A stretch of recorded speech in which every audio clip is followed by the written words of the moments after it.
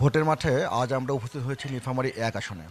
আমরা কথা বলবো নীলফামারী ১ আসনে বাংলাদেশ জামাতে ইসলাম মনোনীত সংসদ সদস্য পদপ্রার্থী মৌলানা আব্দুল সাত্তারের সাথে। আওয়ামী দুঃশাসনে সবচেয়ে বেশি পর্যদস্ত যে দলটি সেটা হলো বাংলাদেশ জামাত ইসলামী। আসসালামু আলাইকুম। ওয়ালাইকুম আসসালাম রহমতুল্লাহ। জি, আপনি কেমন আছেন? আলহামদুলিল্লাহ, আপনি কেমন আছেন? আলহামদুলিল্লাহ।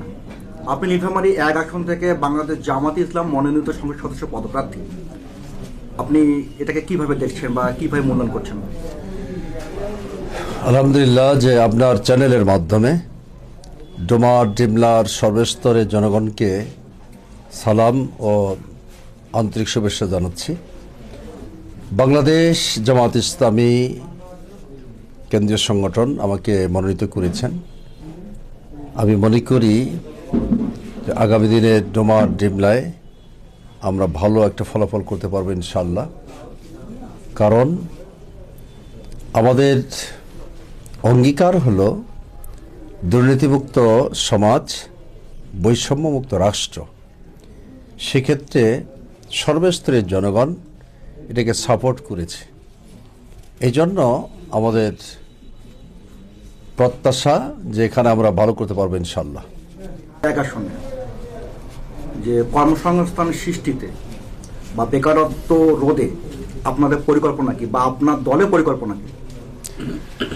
যে গুরুত্বপূর্ণ প্রশ্ন একটা করেছেন।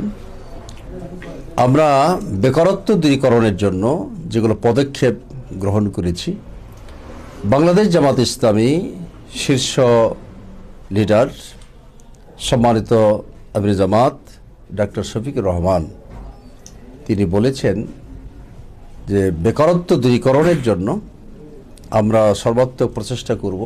বিশেষ করে শিক্ষিত যুবক যারা এগাতে তারা সার্টিফিকেট পাবে, আর কর্মসংস্থানের জন্য কারো দুয়ারে দুয়ারে হন্যে হয়ে ঘুরতে হবে না, বরং তাদের যোগ্যতা মাফিক আমরা সে ব্যবস্থা করব। এগাতে সার্টিফিকেট আর এগাতে যাতে তারা নিয়োগপত্র পায় এই ব্যবস্থাপনা করব।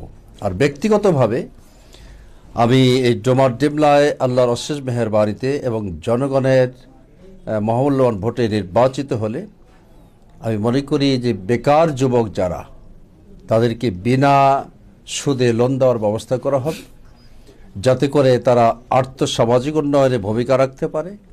যেমন হাঁস মুরগি পালন, পশুপালন, পুকুরে মাছ চাষ আর খাবার তৈরি করে শিক্ষিত বেকার যুবকরা তাদের ক্ষেত্রে আমরা এই কর্মসংস্থান সৃষ্টি করব, যাতে করে অন্যের দ্বারস্থ হতে না হয়।